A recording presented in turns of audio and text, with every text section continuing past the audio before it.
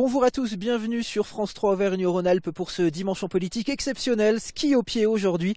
Nous sommes aux confins de la Savoie et de l'Italie à 1850 mètres d'altitude dans la charmante station-village de La Rosière qui nous accueille pour cette émission exceptionnelle. La Rosière avec son panorama plein sud à couper le souffle. Face à nous se dresse le Mont Pourri, juste derrière nous le front de neige où les premiers skieurs de la saison redécouvrent depuis quelques minutes maintenant les joies de la glisse. La Rosière qui inaugure surtout ce week-end une nouvelle extension de domaine skiable. 5 nouvelles pistes rouges, 2 télésièges, domaine que nous découvrirons évidemment tout au long de cette émission avec Cédric Picot qui sera notre guide, domaine dont nous parlerons aussi bien sûr en plateau avec nos invités. Jean-Claude Fressard, bonjour.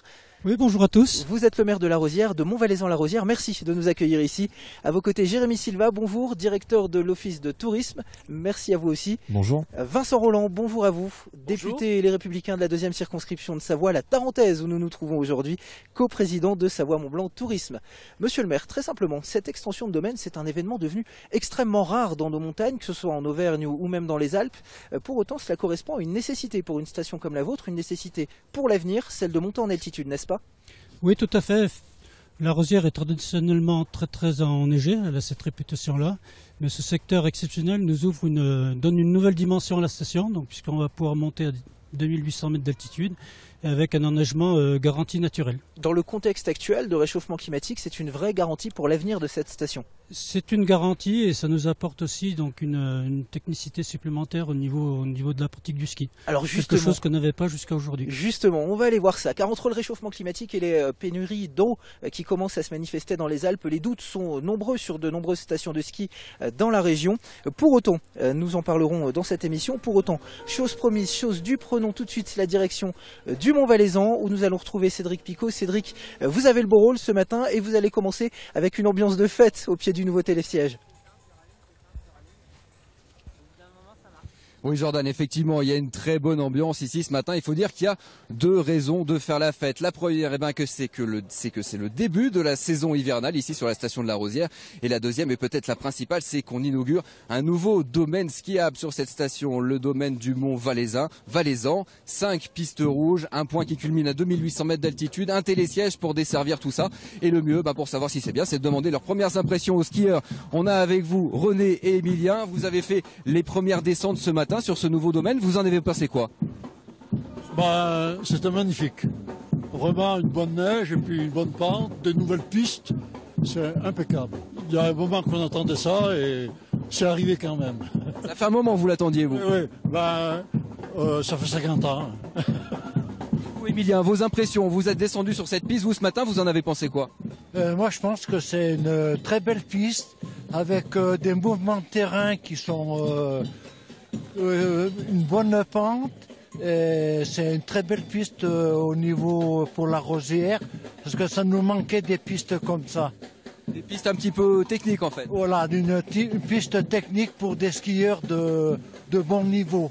Alors on l'a expliqué, hein, Emilien, cette piste elle était attendue depuis un moment ici à La Rosière, depuis quelques décennies déjà. Elle est prête enfin aujourd'hui et pour qu'elle soit prête aujourd'hui, le service des pistes a travaillé d'arrache-pied ces derniers jours. Je vous propose de regarder ce reportage réalisé cette semaine par Cédric Lepoivin et Vincent Abran.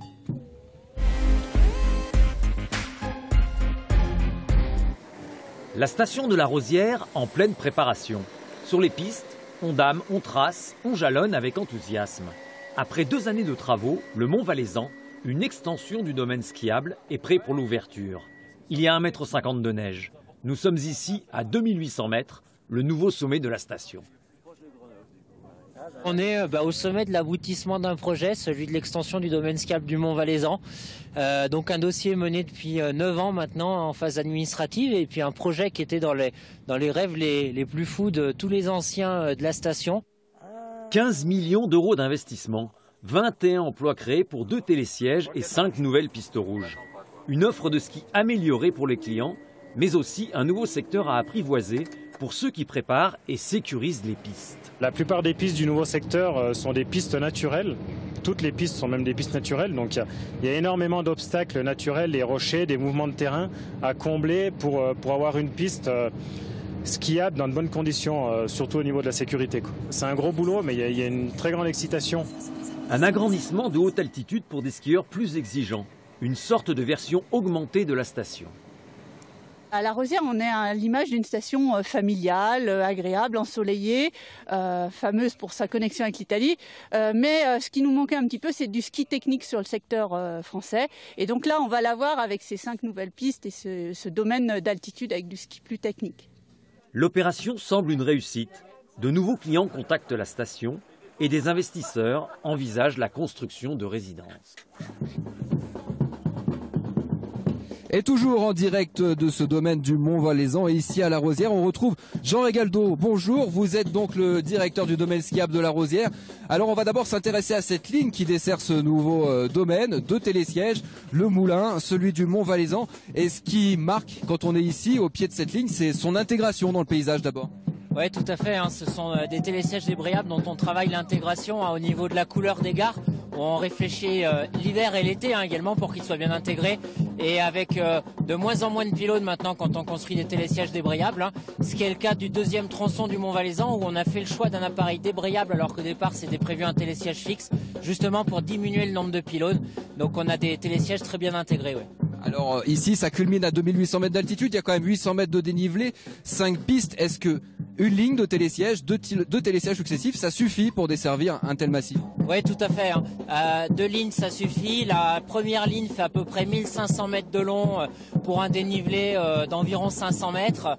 Et la deuxième ligne est un peu plus courte, elle fait 1000 mètres pour un dénivelé d'à peu près 400 mètres. Et ça nous permet de monter de 1950 mètres là où on se trouve à 2800 mètres d'altitude. Alors sur l'infrastructure, c'était pas la peine de voir plus grand. Point de vue débit, qu'est-ce que ça donne? Est-ce qu'on va faire la queue ici? Vous voyez bien déjà qu'on fait pas la queue alors qu'on a la station qui est pleine de monde aujourd'hui pour venir découvrir ce nouveau télésiège, ces 2 nouveaux appareils. Donc non, on fait pas la queue parce qu'on a un débit ici à cet appareil de 2600 skieurs par heure. Et le deuxième appareil, on a un débit de 1800 skieurs qu'on pourra par la suite faire évoluer. Alors pas de queue au télésiège, est-ce qu'on fait la queue sur la piste du coup? Eh ben on fait pas non plus la queue sur la piste je pense parce que on voit que ça ouvre un vaste domaine skiable donc non les skieurs vont se répartir. À La Rosière on a une très bonne densité de skieurs, on est une station où on n'attend pas où remonter et où on a largement la place de skier. Un bon service pour les skieurs et non négligeable, c'est aussi la création de 10 emplois pour exploiter cette ligne.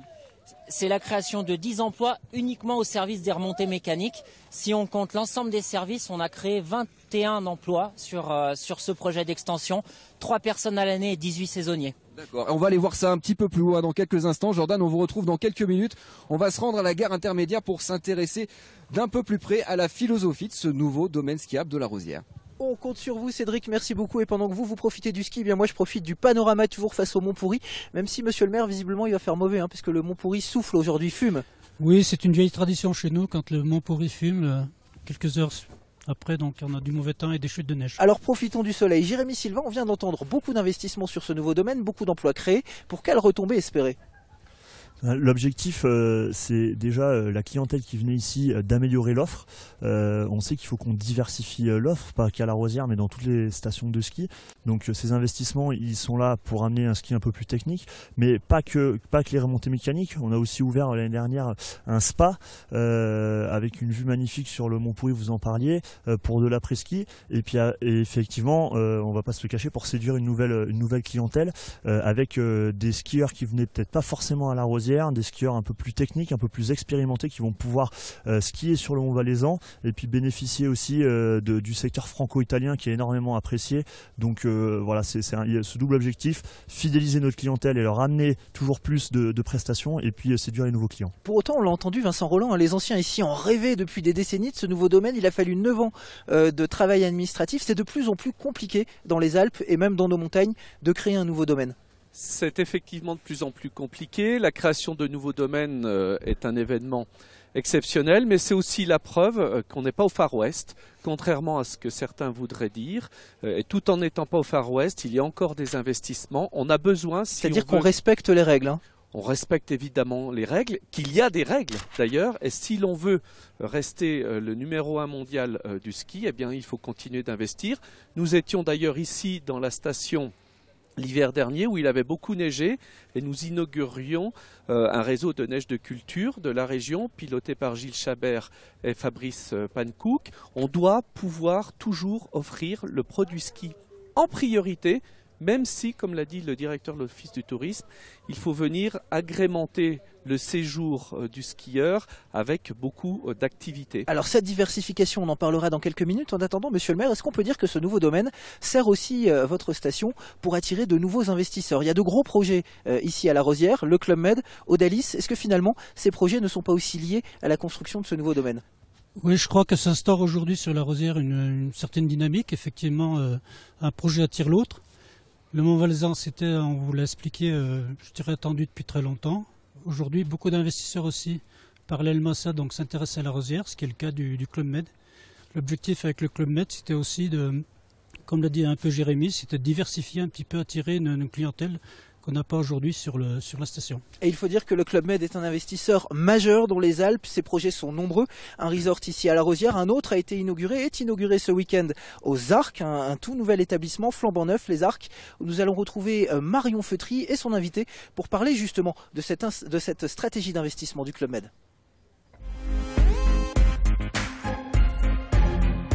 C'est l'événement ici aux Arcs, l'inauguration du dernier Club Med, le dernier né du groupe, un groupe qui investit massivement à la montagne et qui multiplie les implantations dans les Alpes. Je me trouve avec Xavier Le Guillermic, directeur stratégie du groupe. Bonjour. Alors l'ambition du groupe, c'est d'ouvrir un resort par an à la montagne. Pourquoi cette stratégie à l'heure où on parle des stations qui sont menacées par le réchauffement climatique? Alors tout d'abord, nous parlons d'un nouveau village par an en modèle 4 saisons. Il est terminé le temps où nous parlions exclusivement des sports d'hiver. Aujourd'hui, les modèles économiques des grands tour opérateurs, des grands hébergeurs, comme le Club Med, sont assis sur 1, 2, 3, 4 saisons. Aujourd'hui, on ne raisonne plus que seulement sur l'hiver. Et donc, de fait, on sélectionne très soigneusement nos implantations en fonction d'un certain nombre de critères qui nous permettent d'envisager l'avenir avec sérénité. Mais, et parmi ces critères, il y a ce qu'on appelle la bisaisonnalité, à la fois 20 à 22 semaines sur l'hiver, mais aussi 10 à 15 semaines sur l'été, sachant qu'on est parti à la reconquête il y a quelques années déjà, avec nos partenaires institutionnels tels que France Montagne, à la reconquête du printemps, pour élargir les ailes de saison, à la fois sur le mois de décembre et à la fois sur avril. Et ça, conjugué avec tous ces efforts, ça nous permet d'amortir plus facilement nos coûts d'investissement. Parce qu'aujourd'hui, de fait, quand on investit sur un nouveau village tel que celui d'Arc Panorama, on investit à peu près 100 millions d'euros. Donc pour rentabiliser un tel investissement, il faut pouvoir exploiter sur une durée de saison très longue. Mais nos investissements à Grand Massif l'an dernier, à Arc Panorama cette année, à l'Alpe d'Huez l'an prochain, témoignent de notre croyance dans la montagne française, parce qu'elle a encore d'énormes potentiels devant elle, malgré ce sujet de réchauffement climatique. Il y a aussi un enjeu, c'est de réussir à attirer la clientèle internationale, la clientèle asiatique notamment. Il y a de gros efforts qui sont faits dans ce sens. Oui, vous avez parfaitement raison. À date, le Club Med surperforme déjà le marché de manière significative, puisque sur l'ensemble de nos 18 villages que nous avons actuellement dans les Alpes européennes, le pourcentage de clients internationaux est de 55%. Je dirais même que sur les nouveaux villages, il est de plus près de 65 à 70%. Donc nous accueillons déjà beaucoup de clientèle étrangère, tels que les Brésiliens, qui sont devenus aujourd'hui la 3e nationalité en moyenne sur l'ensemble de nos villages. C'est remarquable parce que tout ça s'est fait en moins de 15 ans. Mais nous avons aussi diversifié notre recrutement sur des marchés plus lointains comme l'Afrique du Sud, ou l'Australie et l'Asie. Alors de fait, nous accueillons beaucoup de clients malaisiens, indonésiens, taïwanais, chinois, même si cette clientèle reste pour l'instant, il faut bien le reconnaître, encore un peu confidentielle. Mais nous faisons beaucoup en Chine même pour développer le ski, contribuer à l'apprentissage du ski aux Chinois avec l'aide de notre partenaire historique est l'ESF, et nous espérons qu'après les JO de 2022 à Pékin, cela incitera les Chinois à venir skier, une fois qu'ils auront appris les rudiments du ski, à venir skier en Europe. Merci beaucoup Xavier Le Guillermic. Et je vous le disais, donc le Club Med inaugure ce week-end son nouvel établissement aux Arcs, et l'année prochaine ce sera à l'Alpe d'Huez, encore une fois dans les Alpes françaises. Et juste après viendra le tour de La Rosière où nous nous trouvons ce matin. Jérémy Silva, expliquez-nous un petit peu, la bisaisonnalité, c'est un vrai enjeu pour une station comme la vôtre. Il y a le nouveau domaine du Mont-Valaisan qui est inauguré aujourd'hui, mais l'été, qu'est-ce qu'on peut faire ici à La Rosière ? L'été, on a la chance que la Rosière, c'est un véritable camp de base pour pouvoir voyager en Haute-Tarentaise. Il y a l'Italie forcément pour tout ce qui est culturel, et puis on a les activités culinaires aussi. Culinaires effectivement, mais ici aussi en France on mange très bien. Et puis on a le VTT avec, on développe beaucoup le VTT à assistance électrique. Dès l'été dernier, on a déjà créé des circuits spécifiques à cette pratique qui est vraiment en train d'émerger et de monter. Et puis on peut faire du golf, on a les activités d'eau vive aussi à côté de Bourg-Saint-Maurice où on peut faire du rafting, de l'hydrospeed, et puis sans oublier évidemment l'escalade, les randonnées. Un panel vraiment très large. Vincent Rolland, alors vous qui êtes coprésident de Savoie-Mont-Blanc, est-ce qu'on peut dire que attirer cette clientèle étrangère brésilienne, chinoise, notamment via le Club Med, c'est l'un des principaux objectifs? La Chine, c'est potentiellement un énorme marché qui s'ouvre aux Alpes du Nord et aux stations d'Auvergne. Il faut qu'on aille chercher des relais de croissance. Pour cela, 2 points essentiels. À l'étranger, et vous avez cité justement la Chine, j'ai eu l'occasion de rencontrer des responsables chinois de l'olympisme. Dans la perspective des Jeux de 2022, qui se dérouleront à Pékin, ils veulent mettre sur les skis 200 millions de Chinois. C'est colossal, 200 millions de Chinois. C'est énorme. Et si effectivement nous sommes en mesure de capter une partie de cette clientèle, ça sera, comme je le disais, un relais de croissance important. Savoie-Mont-Blanc est déjà présent avec les stations de sport d'hiver. Des partenariats qui se nouent. L'équipe olympique chinoise est en ce moment même en entraînement en Savoie. Il y a des futurs athlètes chinois olympiques qui sont effectivement à Val Thorens, pas très loin d'ici, pour s'entraîner. D'autres partenariats vont naître. Et puis il y a les jeunes, attention, classe de découverte. Et les jeunes publics, 18-25 ans, des tour opérateurs comme Travelski travaillent beaucoup cette question. Il faut qu'on soit en mesure de répondre à leurs attentes. Aujourd'hui, avec les smartphones, ils partent n'importe où dans le monde.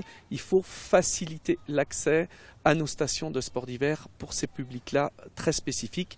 Ce sont de gros consommateurs pour demain. Donc autant qu'ils viennent là. Monsieur le maire, permettez-moi une petite blague. Vous allez apprendre le chinois ? Sans doute, il va falloir que je m'y mette, effectivement. Pour en tout cas attirer ces nouveaux clients, attirer ces nouveaux investisseurs, on le disait, le Club Med, mais aussi Odalis ici à la Rosière. Les investissements, visiblement, ça ne vous effraie pas puisqu'on l'a entendu.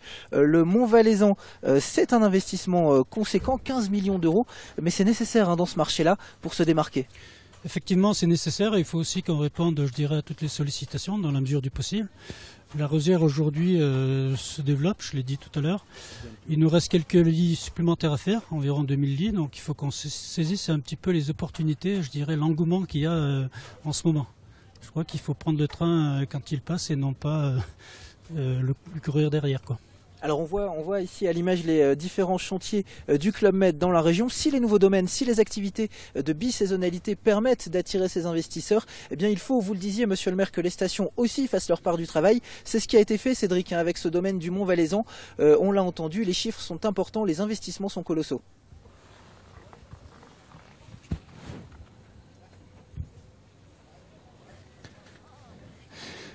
Oui Jordan, 15 millions d'euros ont été investis ici pour créer cette nouvelle partie du domaine sur les pieds du Mont-Valaisan. Je suis toujours avec Jean Régaldo, le directeur du domaine skiable. Ces 15 millions d'euros, ils ont servi à quoi ici?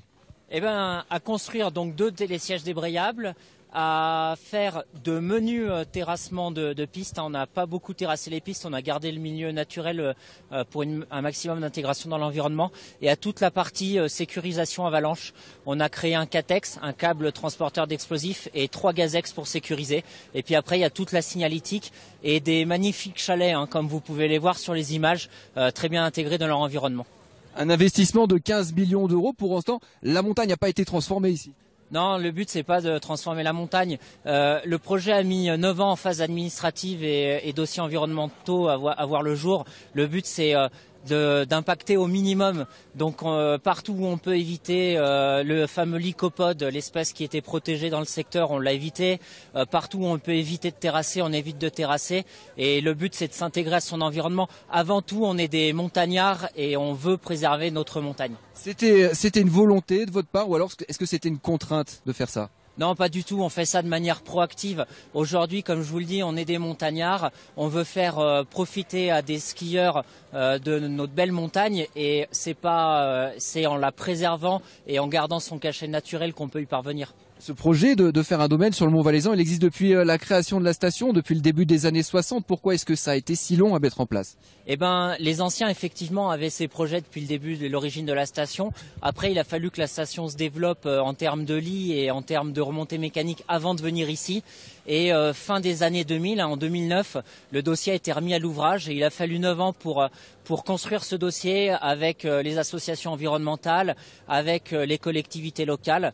Et voilà, tout prend un peu de temps, mais à la fin, c'est du temps qui permet aussi de bien traiter le dossier, de bien intégrer le projet.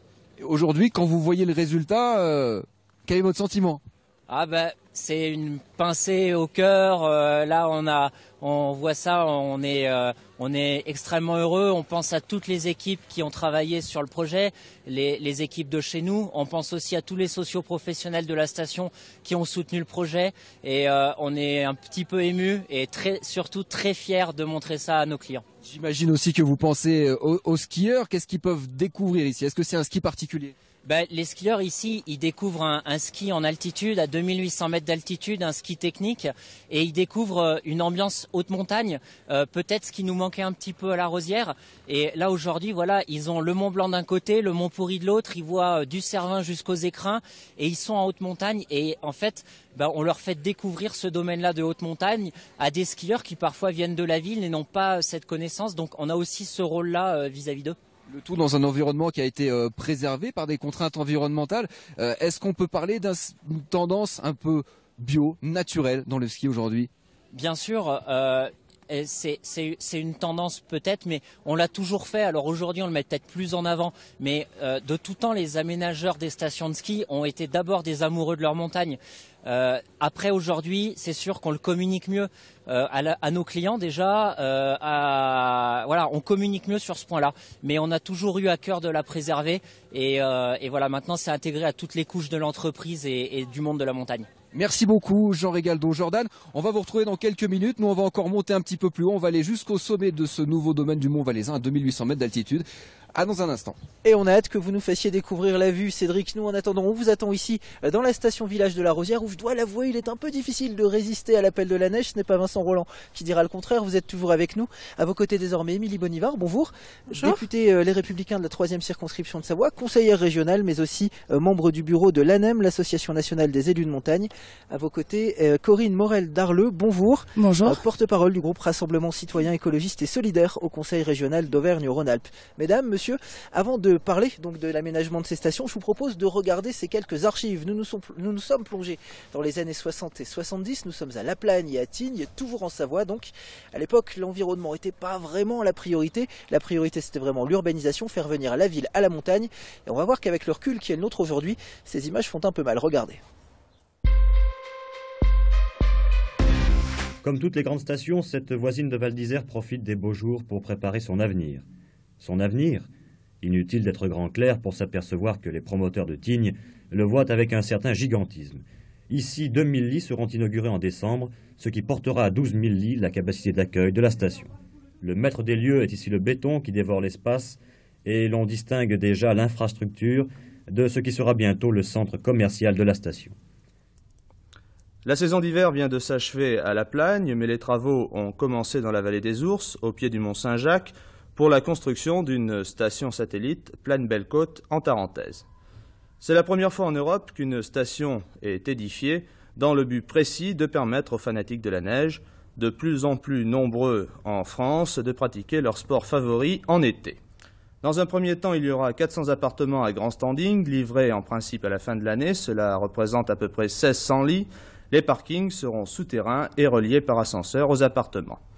Dans quelques années, l'ensemble des stations de La Plagne constituera un ensemble de loisirs particulièrement important puisque l'on comptera 65 remontées mécaniques et plus de 30 000 lits.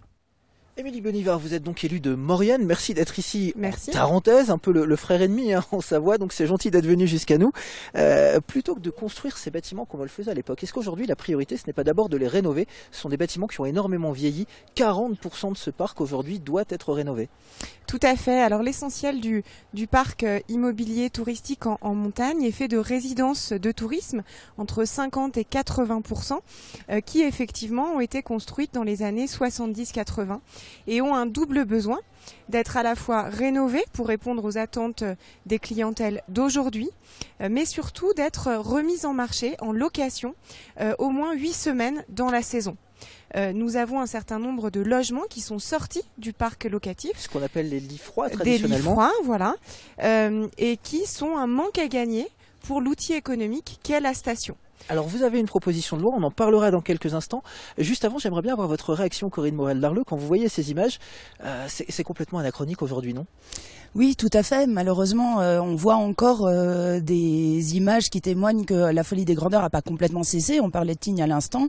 Le projet de ski line de piste sous dôme à Tignes, qui représente 63 millions d'euros pour mettre finalement la montagne sous cloche, témoigne encore aujourd'hui d'une certaine fuite en avant et de cette folie des grandeurs. Une nécessité pour diversifier, Vincent Rolland, tout à l'heure vous parliez de diversification. Est-ce que c'est pas là une nécessité quand même malgré tout ces investissements ? À tous les deux. Alors peut-être d'abord vous, Corinne Morel-Darleux. Sur la diversification, en fait, on a des exemples de stations qui effectivement investissent sur la randonnée, sur le VTT, sur la luge d'été, sur le paysage, sur la beauté de ces montagnes, et qui vont sur d'autres stratégies en fait qui sont justement pas la folie des grandeurs, mais au contraire de revenir à l'authenticité de la montagne, des premiers montagnards, et je crois que c'est plutôt vers ces pistes-là qu'il faut aujourd'hui s'acheminer. J'imagine que vous n'êtes pas d'accord. Ce que nous avons vu, c'est la résultante du plan neige qu'avait engagé l'État français dans les années 60-70 avec des ingénieurs des ponts comme Michaud et bien d'autres. Et sans doute qu'aujourd'hui, on ne recommencerait pas la même chose. Le tourisme français, que ce soit la mer, l'équivalent existait au bord de la mer ou la montagne, a été construit sur la résidence secondaire. On devenait propriétaire à la mer ou à la montagne. Or, on se rend compte que c'est peut-être pas tout à fait le sujet qu'il faut retenir aujourd'hui. L'Autriche, les Dolomites sont plutôt sur de la résidence hôtelière, sur de l'hôtellerie. Et il faut qu'on travaille avec des solutions de bon sens à redonner vie à ces appartements, parce que la fuite en avant de n'est votre plus proposition possible. de loi, Émilie Bonivin, c'est éviter ces lits froids, donc des lits qui sont très très peu occupés avec des incitations fiscales, n'est-ce pas ? Oui, tout à fait. Alors, comme l'a dit Vincent, il y a plusieurs objectifs. Le premier, c'est sur la résidence de tourisme, et c'est encourager, inciter les propriétaires à rénover leurs biens en contrepartie d'un avantage fiscal et en contrepartie d'une mise en location pendant 9 ans minimum, au moins 8 semaines en haute saison de leurs biens. Et puis, il y a également tout le volet sur l'hôtellerie familiale et indépendante, qui est également accompagné par le conseil régional, qui aujourd'hui se délite et qu'il nous appartient de conserver impérativement, car c'est un mode d'hébergement qui est attendu par la clientèle, un mode d'hébergement de qualité, et c'est du lit chaud à 100%. Alors éviter la folie des grandeurs, éviter aussi peut-être certaines erreurs et pourquoi pas éventuellement corriger les travers du moment. Le réchauffement climatique, on le disait tout à l'heure, qui est une vraie inquiétude d'ores et déjà dans nos massifs, que ce soit en Auvergne, dans le Jura, les Vosges ou même dans les Alpes ici. Le changement climatique, c'est une réalité qu'a pu expérimenter le maire de Laclusaz il y a quelques semaines. Il a lancé un cri d'alarme face à la sécheresse. Je vous propose de regarder ce sujet tourné par Marion Feutry et Maxime Kemener. Les enneigeurs donneront-ils de l'or blanc cet hiver ? À Laclusaz, une partie de ces équipements très gourmands en eau devront peut-être réduire leur production. Décision prise par la mairie pour garantir l'alimentation en eau potable au vu de la sécheresse exceptionnelle cette année. On préfère donner de l'eau à la population, aux troupeaux, ou réserver aussi de l'eau à la défense incendie, plutôt que de mettre de l'eau uniquement dans un usage touristique pour la neige de culture. On ne pourra pas faire autant de neige de culture qu'on pouvait le faire les années précédentes, mais ce n'est pas un problème. Grâce à notre attitude, on pourra quand même skier à Laclusaz, qu'on soit des bons skieurs ou même des débutants. La solution, puiser dans cette retenue d'altitude, l'une des 4 utilisées par la station pour produire de la neige artificielle. Un scénario qui sera mis en œuvre si la sécheresse vient à se prolonger. On a un volume de 100 000 m3 de cette retenue qui est sanctuarisé pour les besoins d'eau potable. Dès lors qu'on a des précipitations importantes, ce volume va être revu à la baisse et le restant, évidemment, pourra être valorisé pour l'usage de la neige de culture. Pour être propre à la consommation, l'eau devra être filtrée grâce à une usine mobile installée prochainement. Cela devrait permettre de répondre à la demande dans cette commune qui passe de 1800 à 25 000 habitants pendant la saison. Corinne Morel-Darleux, comment vous réagissez quand vous voyez ce genre de situation à l'Aclusaz? L'Aclusaz, c'est 1000 mètres d'altitude pour le bas de la station, c'est un peu plus bas qu'ici. Comment ça vous fait réagir? En fait, c'est assez représentatif des risques de conflits d'usage qu'on risque d'avoir sur l'eau dans les années qui viennent. La demande en eau a doublé en 15 ans et c'est en grande partie dû justement à l'enneigement artificiel. Et c'est vrai que de plus en plus de stations commencent à se poser cette question de savoir s'il faut privilégier l'eau pour l'enneigement artificiel ou pour les usages courants. On a eu plein d'exemples, notamment cette année, de sécheresse, notamment ici, mais aussi dans d'autres coins. Tout le monde a en tête les images du lac d'Annecy, par exemple. Les chiffres sont assez édifiants. Au col de Porte, moins 40% d'enneigement entre les années 60 et 2017. Est-ce que ça vous inquiète, vous, Vincent Rolland, vous qui représentez à travers Savoie Mont Blanc Tourisme les stations des Alpes du Nord? Est-ce que c'est une vraie source d'inquiétude? Est-ce que cette inquiétude est prise en compte concrètement? Forcément, on ne peut pas rester indifférent aux modifications climatiques. Maintenant, moi, je voudrais qu'on arrête de diaboliser la neige de culture. D'ailleurs, certains... Ce sera l'objet de notre débat en fin d'émission. Certains parlent de neige artificielle. La neige de culture, c'est de l'eau et de l'air. Et de l'eau qui est restituée au bassin versant à la fin de la saison. Ce qui est utilisé pour la neige de culture dans nos stations de sport d'hiver, c'est même pas les fuites que l'on constate sur un seul département français dans les réseaux d'eau potable. Même pas un département. Donc arrêtons cela. Alors comment expliquer, Émilie Bonivard, ces images qui inquiètent? Forcément, même le maire de l'Aclusaz est inquiet.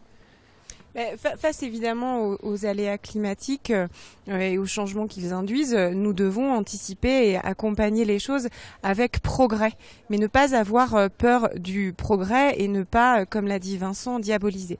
Nous, au Conseil régional, et c'est vrai que nous allons essayer de l'engager avec les stations, c'est essayer de mettre en place, dès que c'est possible, les doubles usages. Des usages à la fois agricoles, des retenues collinaires, et des usages liés à l'enneigement. Alors ces investissements du Conseil régional sur les enneigeurs, on en parlera vraiment à la fin de cette émission avec un débat entre vous deux, mesdames, mais je vous laisse poursuivre. Donc de manière générale, nous avons de plus en plus, en outre, avec les entreprises qui travaillent sur l'enneigement, sur la neige de culture, des technologies pour avoir un meilleur rendement. Utiliser moins d'énergie, moins d'eau et pouvoir produire de façon optimale. Et j'ajoute qu'en France, nos domaines skiables sont couverts par des enneigeurs à seulement 35%. En Italie, c'est 70%. En Autriche, c'est 60%. 48% en Suisse. Effectivement, la France est un peu et derrière. l'enjeu, pour nous, ce n'est évidemment pas de couvrir tous les domaines, mais c'est de sécuriser les accès les plus stratégiques comme les fronts de neige ou les liaisons. Alors face à cette situation, pour autant, vous le disiez tout à l'heure, Vincent Rolland, les stations vont devoir se diversifier, notamment celles de basse altitude. Et en la matière, l'Auvergne a pris un petit peu d'avance, contrainte et forcée certes par des altitudes moins élevées. Mais nous allons voir tout cela avec Cyril Jeunet dans le massif du Sancy. Bonjour à tous, nous sommes au cœur du domaine de Superbès, au milieu des pistes de ski et des remontées mécaniques. Juste à mes pieds, le départ de la tyrolienne, 1600 mètres de câble qui vous propulse à plus de 120 km/h. Et juste derrière moi, l'Extrême Aventure, le nouvel équipement qui va ouvrir dès les premiers jours de la saison. Il faudra près de 3 heures pour parcourir les 2600 mètres de ce nouvel équipement et revenir au pied des pistes. 45 ateliers suspendus jusqu'à 30 mètres au-dessus du sol, qui alternent passage en hauteur, via ferrata et luge souterraine, un dispositif pensé et dessiné par les équipes locales. On a essayé de mixer un petit peu tout ce qu'on pouvait trouver dans les parcours aventure de petite ampleur. Et là, on l'a mis à une échelle un peu plus importante, puisque les plus grandes tyroliennes vont jusqu'à 300 mètres. Et puis, on a des ponts qui sont relativement longs. Et puis, j'oubliais aussi les sauts dans le vide pour clore le tout et prendre du plaisir. Luc, comment un équipement comme celui-là répond aux attentes du public ? On a aujourd'hui un public dans le massif du Sancy et à Superbès qui cherche en fait une multi-activité. Et dans le Sancy, on le revendique. Donc le ski, mais pas que. Le ski est important économiquement. Et puis une attraction comme une tyrolienne, comme l'Extrême Aventure, mais aussi comme du scooter électrique, comme des attractions aussi en intérieur. C'est extrêmement important parce que dans la même journée, nos familles, nos clients font une multitude d'activités. Comment ça répond aussi aux attentes des professionnels qui ont besoin de ces animations ? On en a besoin pour communiquer, on en a besoin pour bien sûr accueillir la clientèle, pour s'adapter à la météo, s'adapter aussi au rythme des clients et donc créer tout simplement une économie générale. Quelque part, vous êtes pionnier dans le monde de la neige. Pour nous, la neige, c'est qu'une partie de l'activité touristique qui, en fait, est calme au mois de novembre chez nous, mais 11 mois sur 12, on a l'activité touristique dans le Sancy. Donc l'été et l'hiver sont très très complémentaires. Et si vous construisez quelque chose comme l'Extrême Aventure, vous le construisez en pensant à l'été, mais aussi à l'hiver? Dans les deux sens. Vous prenez la tyrolienne de Superbès, a été construite pour l'été, pour l'hiver, mais le télésiège qui alimente maintenant la tyrolienne de Superbès est construit bien sûr pour l'hiver, mais aussi pour l'été pour alimenter la tyrolienne. Voici la leçon d'éducation physique. Cette stratégie qui se décline dans tous les secteurs économiques, le massif du Sancy en a hérité des générations précédentes, ces pionniers qui ont construit les stations.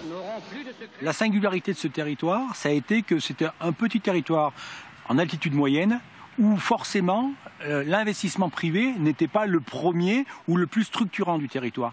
Et la force des élus, et notamment des générations passées, ça a été de dire nous on croit dans ce territoire et il faut qu'on investisse, nous, publics, pour d'une certaine manière structurer l'offre, que ce soit l'offre de loisirs, que ce soit l'offre d'hébergement.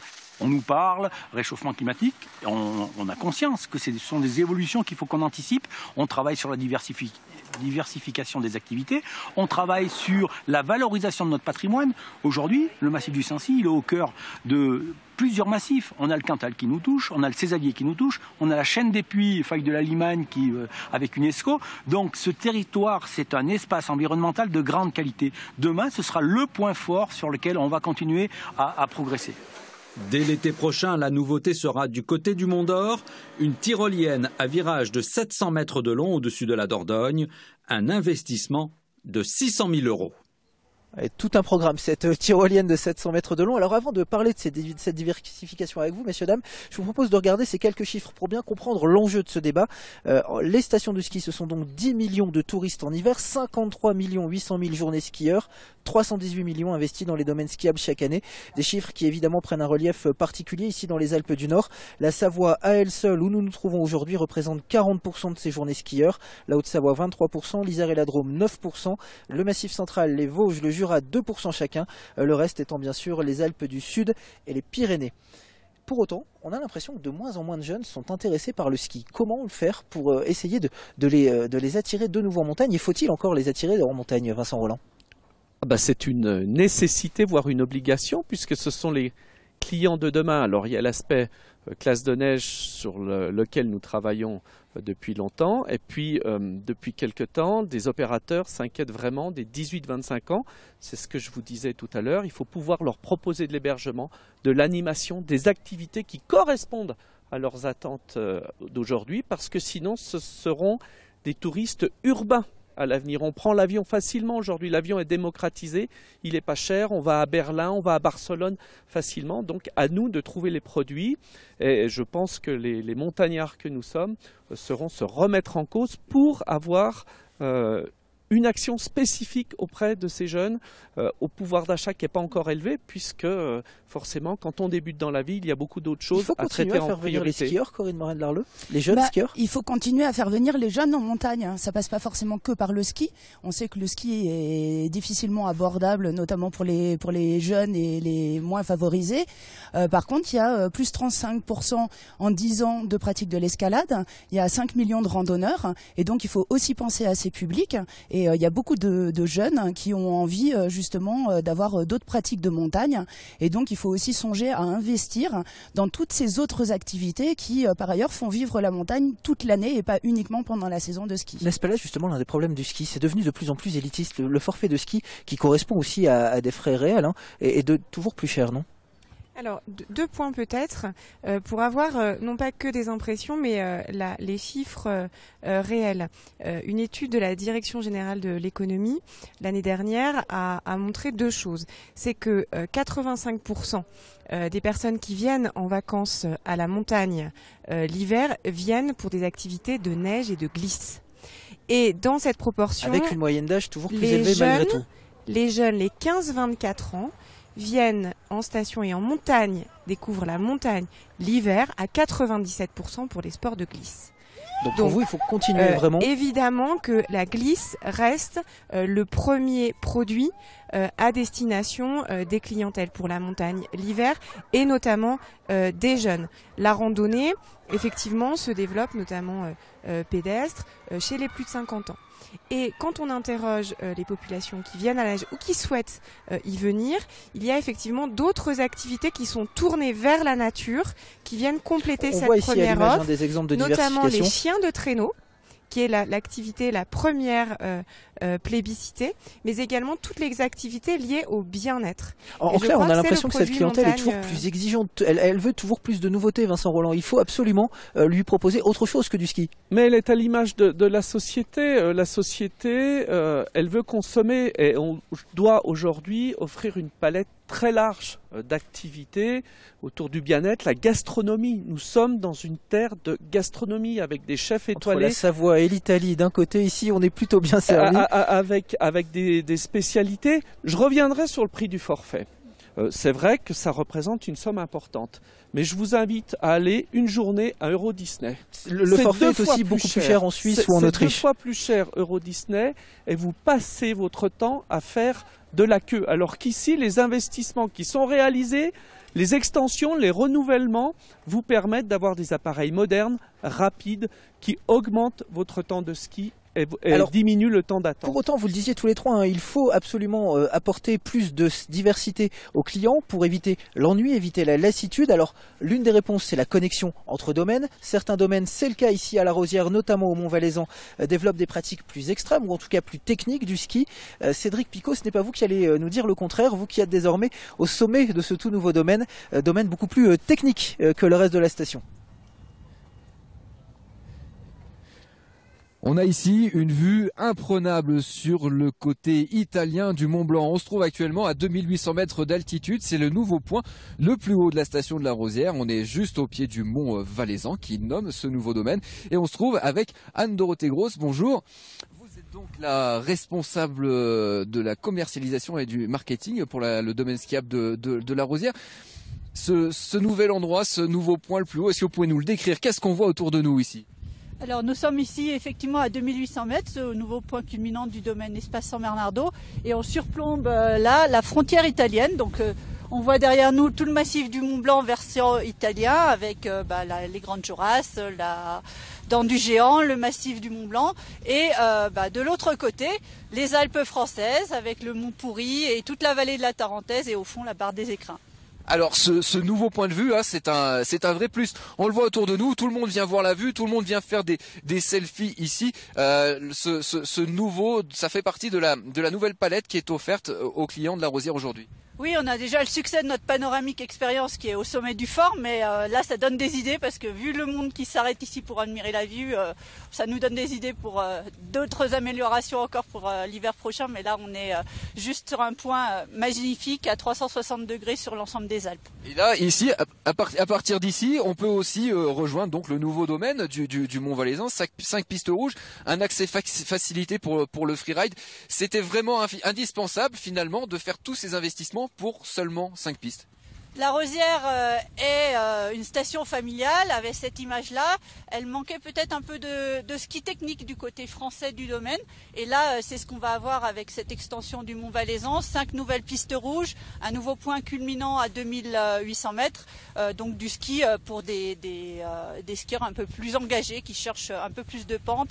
Des pistes vallonnées, vous pourrez le tester tout à l'heure. Vous qui êtes responsable de la commercialisation du domaine, est-ce que c'est un argument qui porte? Est-ce que ça marche? Est-ce que c'est un investissement payant pour l'avenir de la station? J'en ai eu l'épreuve cet automne puisque je suis allée faire une tournée en Scandinavie, une cible de clientèle, un marché qui n'est pas encore très développé à la Rosière, et ils ont montré un très vif intérêt pour la destination, ce qui est tout nouveau, grâce à ce produit-là, grâce à ce ski d'altitude qu'on propose maintenant, et bien sûr avec notre connexion Italie qui est vraiment un atout de la station.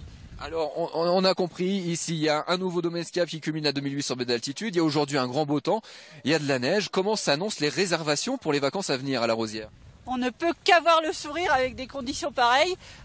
Les conditions sont bonnes, les réservations sont très bonnes pour Noël, Nouvel An, quasiment complet pour la semaine de Nouvel An. Donc tout le monde a le sourire, les socio-professionnels également. Une belle saison qui s'annonce à la Rosière. Merci beaucoup Anne-Elisabeth Gross-Jordan. Je vous retrouve dans quelques minutes, un petit peu plus bas dans la pente. On va vous donner quelques chiffres sur la saison à venir dans les Alpes et dans les autres massifs français. Et on y compte bien Cédric, en attendant n'hésitez pas à faire quelques photos souvenirs, la vue a l'air vraiment fantastique là-haut au sommet du Mont Valaisan. Alors pour contrer ces craintes autour de l'avenir du ski, pour tenter d'atténuer les effets du réchauffement climatique, la région Auvergne-Rhône-Alpes a lancé un vaste plan neige, c'était en 2016. Avant d'en parler avec vous mesdames, toutes les deux conseillères régionales, je vous propose de regarder ce reportage diffusé en 2016 justement au moment de l'annonce de ce plan neige. La région a décidé de brandir une arme, un plan neige avec 200 millions d'euros d'investissement sur 6 ans. Priorité, aider les stations à s'équiper de canons à neige pour faire face au changement climatique. Si on s'équipe, si on met des canons à neige, on a parfaitement la capacité de garder notre tourisme d'hiver. Dans notre région, c'est 180 000 personnes qui travaillent grâce à ça. Assurance chômage pour les uns, trop énergivores pour d'autres, ces canons capables de produire un volume important de neige suscitent le débat. Mais pour Gilles Chabert, la consommation d'eau et d'énergie qu'ils entraînent est bien faible au regard des enjeux économiques. Soyons sérieux, les sports d'hiver nous ont tout donné, nous ont tout amené. Aujourd'hui, bien les gens viennent, c'est attrayant. Et si on faisait un tout petit peu de neige, bon, peut-être d'une manière qui n'est pas totalement académique, encore que ça ne va pas tout perturber, et on sauvera au moins le premier animal qui vit dans nos montagnes, qui est l'homme. Et tant pis si la libellule dépressive en prend un petit coup sur le nez. Les libellules peuvent s'inquiéter, la région veut aller vite pour que la France rattrape son retard. Seuls 30% de nos stations sont équipées d'enneigeurs, contre 70% en Italie. Alors vous venez de l'entendre, Émilie Bonivard, vous le disiez tout à l'heure, la France a un retard, on va utiliser ce mot-là, en matière d'enneigeurs. Pour autant, quand on voit ce qui se passe à la Clusa en ce moment, avec ce niveau des retenues qui diminue, quand on voit, on a tous en tête, même si c'est pas directement lié, les images du lac d'Annecy très bas cette année, est-ce bien raisonnable d'installer des enneigeurs? Mais on ne vole pas d'eau. C'est-à-dire que vous êtes en train d'insinuer je n'insinue rien du tout, je pose une question. Vous êtes en train d'insinuer qu'avec les retenues collinaires, nous prenons de l'eau. Le maire de la Clusa pose la question de l'usage de l'eau. Oui, la question de l'usage, mais les enneigeurs ne confisquent pas d'eau. Évidemment, c'est évident. L'eau est rendue évidemment au bassin versant, au territoire, à la terre. La question sur les usages, effectivement, nous pouvons la travailler, comme je vous l'ai dit, en lien avec la production agricole dans nos territoires où nous produisons des produits de qualité, où nous pouvons avoir besoin d'irrigation de façon construite, de façon progressive, technique, en respectant la nature et les besoins que nous avons en eau. Moi, je crois que les deux sont possibles, encore une fois, avec des progrès techniques faits par les systèmes d'enneigement extrêmement importants, par des entreprises qui sont en Auvergne-Rhône-Alpes et notamment en Savoie. Est-ce que vous êtes convaincu par ces progrès techniques? Est-ce que vous êtes convaincu aussi par cet argument entendable qui est de dire que finalement l'eau ne quitte jamais son bassin versant? En fait, je crois qu'il ne s'agit pas d'être alarmiste ou de diaboliser quoi que ce soit, mais de regarder les choses avec lucidité et le plus calmement possible. Il se trouve que le problème, c'est que les plus gros besoins en eau arrivent en même temps, c'est-à-dire au moment où tous les touristes arrivent dans les stations et où il y a en plus besoin de l'enneigement artificiel. Et donc, on arrive à ces situations comme à la Clusa où il faut faire un choix. Ça, c'est une première chose. D'autre part, on sait qu'il y a de plus en plus d'eau qui est stockée d'une année sur l'autre, soit sous forme d'eau, soit sous forme de neige, et qui donc ne va pas aux nappes phréatiques, ne retourne pas au sol et ne va pas aux autres usages, notamment à la question du pastoralisme et de l'agriculture. Donc oui, il y a bien des choix à faire, et la question simplement qu'on doit se poser en responsabilité, neige ou agriculture, neige ou eau potable, c'est justement de se poser la question de tous ces usages.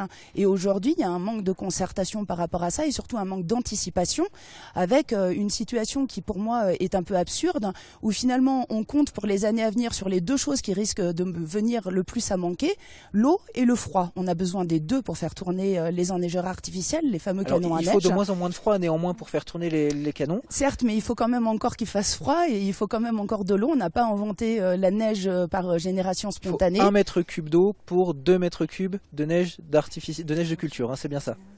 Exactement. Et on a quand même aussi aujourd'hui suffisamment de rapports scientifiques qui nous disent que le réchauffement climatique, il est 2 fois plus rapide dans les Alpes, en altitude, et que toutes les prévisions indiquent que d'ici la fin du siècle, les stations qui sont en dessous de 2500 mètres ne pourront pas continuer à compter sur l'activité ski. Donc l'urgence, c'est d'anticiper ça. Cette explication du manque d'arguments, pas du manque d'arguments, du manque de concertation. Corinne Morel-Darleux disait qu'il y avait manque de concertation. Le plan régional est ambitieux. J'imagine que vous ne partagez pas ce point de vue sur le manque de concertation. Déjà, vous ne pouvez pas faire n'importe quoi en montagne.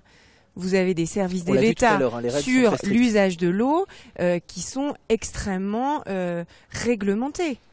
Donc rien n'est fait qui mette en péril réellement en montagne et dans les stations une consommation vitale de l'eau. Donc ça, je souhaite quand même le dire, c'est-à-dire que de nouvelles techniques, vous en parliez tout à l'heure, du stockage de neige, ce qu'on appelle le snow farming. De nouvelles productions, de nouvelles façons de produire de la neige, notamment par le vide, le froid par le vide, avec moins de consommation en eau. Donc, et puis, encore une fois, sur un enneigement qui doit être ciblé sur les secteurs stratégiques. Donc moi, je crois que la page que nous devons ouvrir aujourd'hui, c'est une page de construction avec l'ensemble des acteurs de la montagne et des stations pour pouvoir évidemment anticiper et travailler en concertation pour que les choses fonctionnent correctement. Est-ce qu'un consensus est possible sur la question, Corinne Morel-Darleux, ou est-ce qu'on est trop sur une question politique pour avoir un consensus? Je ne crois pas que ce soit une question politique au sens politicien du terme, parce que là on parle d'intérêt général, on parle d'une ressource vitale.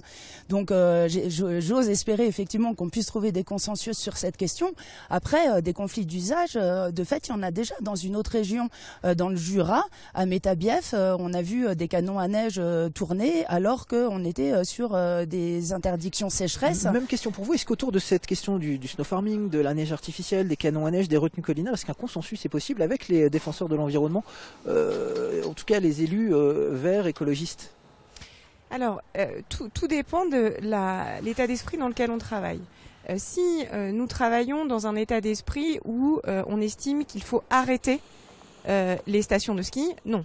C'est pas possible. Le secteur pèse très lourd en matière de tourisme. Donc la question, c'est est-ce qu'on est dans un état d'esprit de co-construction? Moi, ce que je regrette, c'est que quand les stations mènent un certain nombre de projets, même, je veux dire, des projets très raisonnables et très raisonnés aujourd'hui, qui sont toujours et systématiquement accompagnés par l'État avec un certain nombre d'études environnementales, d'études d'impact à mener, nous avons systématiquement des recours d'associations environnementalistes très vindicatives. Et moi, j'aimerais que nous sortions de ces postures pour que nous continuions à travailler ensemble sur une montagne vivante. Comme je vous l'ai dit tout à l'heure, la population française touristique souhaite aussi venir en montagne pour la nature, pour la beauté de la nature, pour être en lien avec celle-ci. Moi, je crois que le fait d'avoir les stations fait aussi connaître cette montagne-là, donne envie de l'aimer et de la protéger. Quand nous n'aurons plus personne en montagne, plus personne n'aura envie de l'aimer et de la protéger. Je voudrais sur la question de la concertation, parce qu'on est ici à La Rosière, c'est un excellent exemple de concertation. La concertation a été réussie sur le Mont Valérien. Voilà, ici, il y a eu un travail avec la FRATNA, avec l'association Mountain Wilderness, et je crois que le maire de La Rosière ne peut que s'en féliciter, et les associations environnementales aussi. Alors justement, puisque vous me tendez la perche, Corinne Morel-Darleux, on va retourner voir une dernière fois Cédric Picot au sommet de son Mont Valaisan. Il n'y a pas d'enneigeurs là-bas, le consensus a été réussi avec les associations écologistes, et pour couronner le tout, petite cerise sur le gâteau, la saison d'hiver s'annonce excellente, Cédric, dans les Alpes. Bah écoutez Jordan, regardez, des skieurs heureux ici, il y a du soleil, il y a de la neige, il y a tout ce qu'il faut pour entamer un bon début de saison. Effectivement, la saison d'hiver s'annonce plutôt bien en montagne. D'après l'Observatoire national des stations de montagne, la fréquentation pour l'hiver à venir devrait être en hausse de 1,5% par rapport à l'année dernière. Rien que pour la semaine de Noël, près de 60% des logements sont déjà réservés sur l'ensemble des massifs français. Autant dire que les sports d'hiver ont encore quelques beaux jours devant eux. Et vous aussi, vous avez une belle journée devant vous, parce qu'il va falloir redescendre maintenant, Cédric, et ça a l'air plutôt agréable. Merci à vous en tout cas. Émilie Bonivard, on le disait tout à l'heure avec Corinne Morel-Darleux, le consensus ici, il a été faisable. Est-ce qu'il faut s'inspirer de cette méthode de La Rosière pour ensuite la généraliser un petit peu partout dans nos massifs? Oui, si tout le monde en a la volonté. Voilà. ce qui n'est pas toujours le cas partout. C'est un peu une belle qui vous est renvoyée, Corinne Morel-Larlot. Écoutez, très volontiers, parce que pour le coup, sur le travail avec la FRAPNA ou avec Mountain Wilderness, par exemple, pour l'instant, il n'y a pas eu énormément d'ouverture du côté du conseil régional. Nous, on est évidemment toujours d'accord pour que les associations environnementales soient mises autour de la table, d'autant que la question n'est pas de savoir si on est pour ou contre le ski. On va laisser répondre une dernière fois Émilie Bonivard, puisque vous parlez du conseil régional, en quelques mots. Non, simplement, là, je parlais pas du conseil régional. Moi, je suis élue dans un territoire de montagne où il y a des stations. Et systématiquement, quand on bouge un pylône, même pour des questions de sécurité, nous avons des recours de ces associations. Alors, on va pas rentrer dans le détail de ces recours. Non, mais donc je parlais pas du conseil régional. Merci à vous deux, mesdames, d'avoir participé à ce débat. C'était la dernière émission de la saison 2018. Elle se referme donc sur ces magnifiques images de soleil, de montagne enneigée. Merci aux équipes techniques de France 3 Auvergne-Rhône-Alpes pour la réalisation de cette émission. Merci surtout à vous de nous avoir suivis. On se retrouve très vite pour de nouvelles aventures sur la 3.